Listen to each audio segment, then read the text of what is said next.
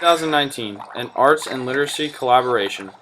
Monsters is an arts and literacy project. The journey begins with Osceola Elementary School's fourth graders creating detailed monster drawings.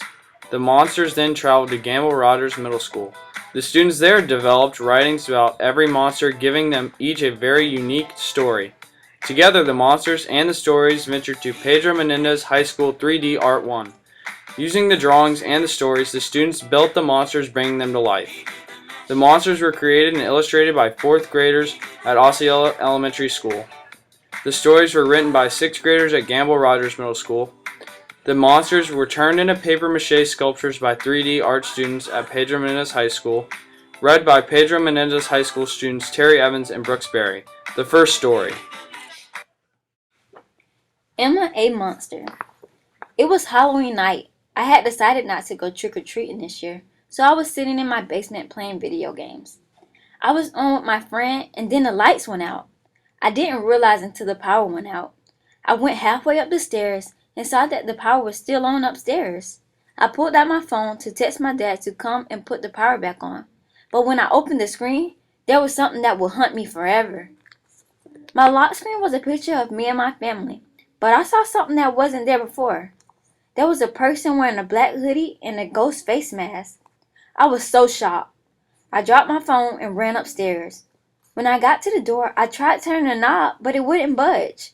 After I tried to pick the lock, which didn't work, I started screaming for my parents.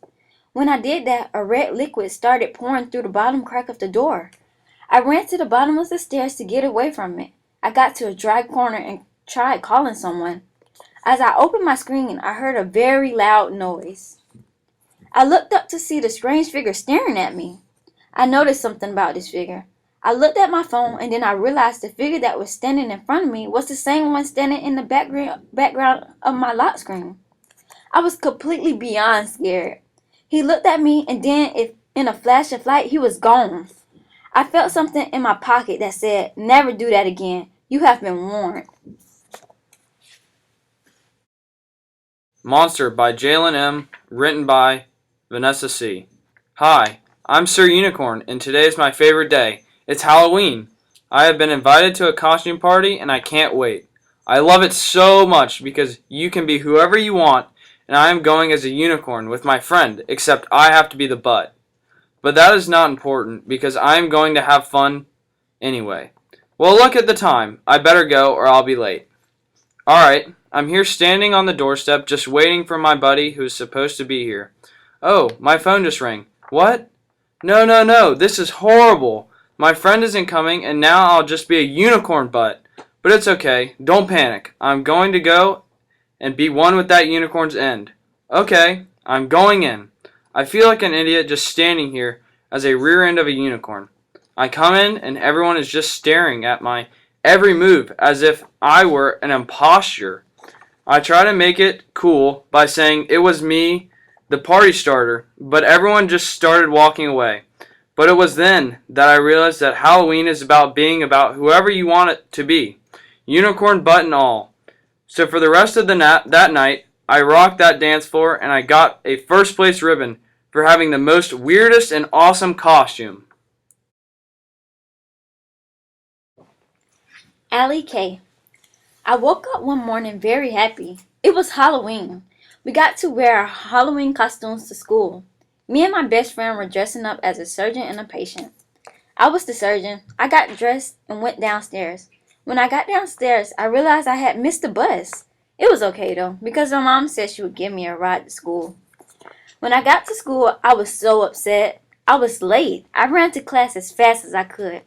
When I entered the classroom, I saw this costume. Someone had dressed up as a monster. It looked so real.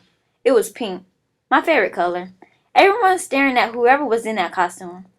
I sat down next to my best friend, Christina. I asked her why people were staring at the monster. Then Christina told me. She wasn't wearing a costume. At first I didn't believe her, but then I realized it was true. I was so confused. I had always thought that monsters weren't real. It was so crazy. Soon as it was lunch time, I noticed the monster was eating all alone. I asked Christina if we should sit with her, but she told me I was crazy to think that. Christina is really popular, so I trusted her opinion. Every day was the same as the last. The monster, which I found out was named Amelia, did the same exact thing every day. She came to school, ate alone. Even during group projects, she worked alone. I felt bad for her, but I know if I told anybody that they would just laugh at me. Amelia is really smart. She gets 100s on all of her tests. Months went on and she was still getting bullied about her looks. The school dance was just 1 week away. I already had my dress picked out. It was a light shade of pink. I loved it. The next day at school, my friends were really mean to Amelia. They said she was too ugly to go to the dance. I thought it was really mean, but no one else seemed to think so. The next morning, I was so happy. It was the dance. During class, I wasn't even focused. All I was thinking about was how excited I was for the dance. Finally, school was over. All the girls got on their dresses. At the dance, they were serving pizza and fruit punch. I was really surprised, but Amelia showed up to the dance. While I was thinking that someone poured fruit punch all over my dress, I was soaking wet. All of my friends started laughing at me, even Christina. Amelia came over and gave me a towel. That's when I realized Christina and everyone else weren't even my real friends. I now know it doesn't matter what you look like or how popular you are. All that matters is if you're a good person. If Amelia hadn't shown up that night, we probably wouldn't be best friends like we are today. I would probably be friends with the bullies. I am so happy she showed up to the dance because she is smart, kind, and funny. Katie Casella. On Friday the 13th, many monsters come out. The kindest of all them is Kind Kaylee. Many people don't know who she is. I've met her in person. She is the most kind and loving monster. Kind Kaylee lives at the bottom of the dark, deep hole. She lives there because she is scared of humans. This is my story of how I met Kind Kaylee. It was Thursday the 12th of October. I just got done running club. I was very tired and wanted to take a nap. I fell asleep at 3:30.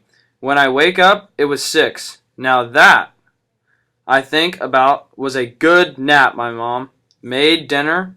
It was chicken and dumplings. I took a shower and went to bed. The next day was October the 13th, of Friday. It was 12:52 and I was helping my mom and dad decorate for Halloween, and I was running around. I found a hole. I didn't know how deep. It was just so long I jumped in. I felt like I was falling forever. Once I landed, I was actually fine. I could have gotten up, but I didn't. I was frozen in fear because I knew what I'd landed in. A monster! I finally got up and the monster helped me up and out of the hole. It said something like this: "Hi, I'm Kind Kaylee. Please don't tell people I exist. I haven't saw her yet." The end. Caleb. That night was just a normal Thursday in October, but to me, it was not normal. I was at a costume party with my friend Emma. We had just eaten, and the party was now over. My mom was supposed to pick us up, but we waited and waited for an hour. She didn't show, so we were all alone. We were hungry and tired, and we tried to think of a plan. So we finally decided to go into the woods and try to find our way home. Then we were in the woods, and I had to go to the bathroom. So I told Emma I was going to go near a big tree. So I walked, then all of a sudden, something big and green swung myself into the air. I screamed thinking my life was over, but I landed. I landed on my nose. I looked up, and I saw a monster. I was so frightened. I screamed Emma's name.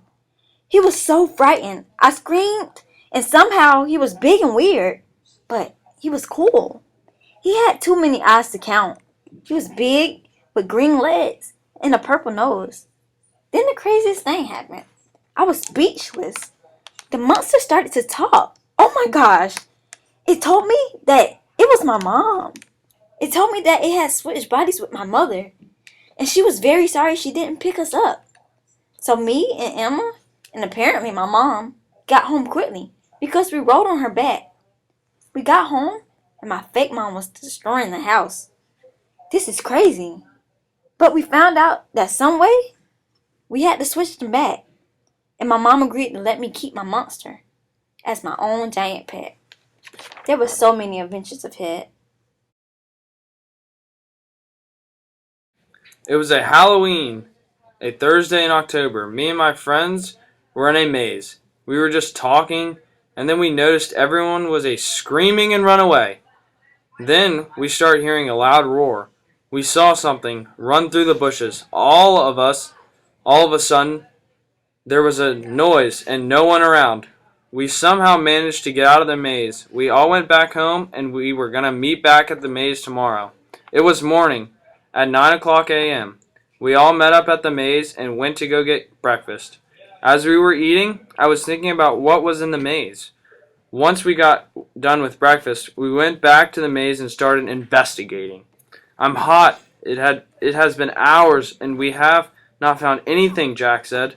Okay, we can go take a little break. So we all took an hour break and went back into the maze. It was then dark and finally we found something. Cassie was a monster who was coming home on a dark, damp night when she got lost in the deep, dark woods. It was a dark night and the only light was from the moon. She finally found her flashlight and pointed it at a tree. Then she saw the mask. It was a white mask, oddly clean, but the strange thing about it was that it had no eye holes, just more plastic. She thought it was strange, but then she saw the camp. She was about to walk in to see if anybody was there when she kicked a stick a few feet in front of her. Then she heard the trap go off. It was right in front of her. She also walked into it. We got something! There was a monster running out to check the trap. He was wearing a white mask with no eyes, in fact. Almost everybody at the camp was. Cassie was walking into the camp. She saw nobody. When noise went along, she was gone. Callie's Monster by Decline Games. It isn't a normal monster story. I'm just a friendly monster rejected from society. I'm currently writing this in a basement with 16 other monsters, but I'll track back to that later. I've never known or became friends with anybody. Probably one of the nicest encounters I've ever had with a human was when this man let me sleep in his house. But in the middle of the night, he tried to turn me into the police. But I went out the window when I heard him on the phone. This is my favorite story. It was the middle of the night. I was being chased by the town's policeman. Then I saw this boy. I was concerned at first, because usually they run away. But this boy just stared at me. He was almost amused or frustrated. I suddenly stopped in my tracks. He told me to follow. I've been tricked like this before, but this was different. His expression he was making looked like this has not been his first encounter with me or someone like me. I finally decided to follow after deciding whether to be ploughed by the policeman or follow a boy. It wasn't a hard decision. We started to walk through the woods, but had to stop a couple of times because of the policeman. There was a little to no conversation while walking, but then we got there. It was a small, humble home with boards on the window. When we walked in there, I was immediately confused. Nobody was there. The house was a small living room with a couch. There was no kitchen, bed, or storage place. I asked him where the cooking area was, and he said in the basement and to follow him. I followed, and he led me to a hidden hatchet. He opened it, and there were 16 other monsters. They varied in size, color, and hair. One was blue, 2 were red, 5 were green, 3 were purple, and 5 were yellow. I said hi to all of them, and then we became my long wait for the outside world to change. Cassandra's Monster. Once in 1879, there was a beast that would tickle you in your sleep, and you would have nightmares. But in those nightmares, you would die. Five hikers were just about to go to bed in their tents when they hear a dark, deep growl. They grabbed a flashlight and shined it, but nothing was there. They thought it was nothing, so they went back to bed. Then, one of the hikers was having a good dream until he saw the creature. It looked like a wolf, but standing and running towards him. The wolf tickled him, and he dropped to the floor. The one hiker woke up and was not scared. but no one knows where he went and how he died. The end. Natalie's Monster by Ariana Martin. So right now it's Friday the 13th and I'm at a really cool maze searching for ghosts. It's no fun looking for ghosts with people around, so I waited until the maze closed and I snuck in. I decided not to tell anyone that I was coming here because they all just think I'm crazy, but I'm not. I have a camera ready to take pictures to prove that something is in the maze. It's finally time for me to go in. When I first walked in, I looked around and I could go left or right. Before going in, I decided that I would only take rights, unless you could only go like left or straight. A few hours later, I'm kinda getting mad. I have been in here for like 3 hours and still have not seen anything. Just after that, I heard rustling in the corn beside me.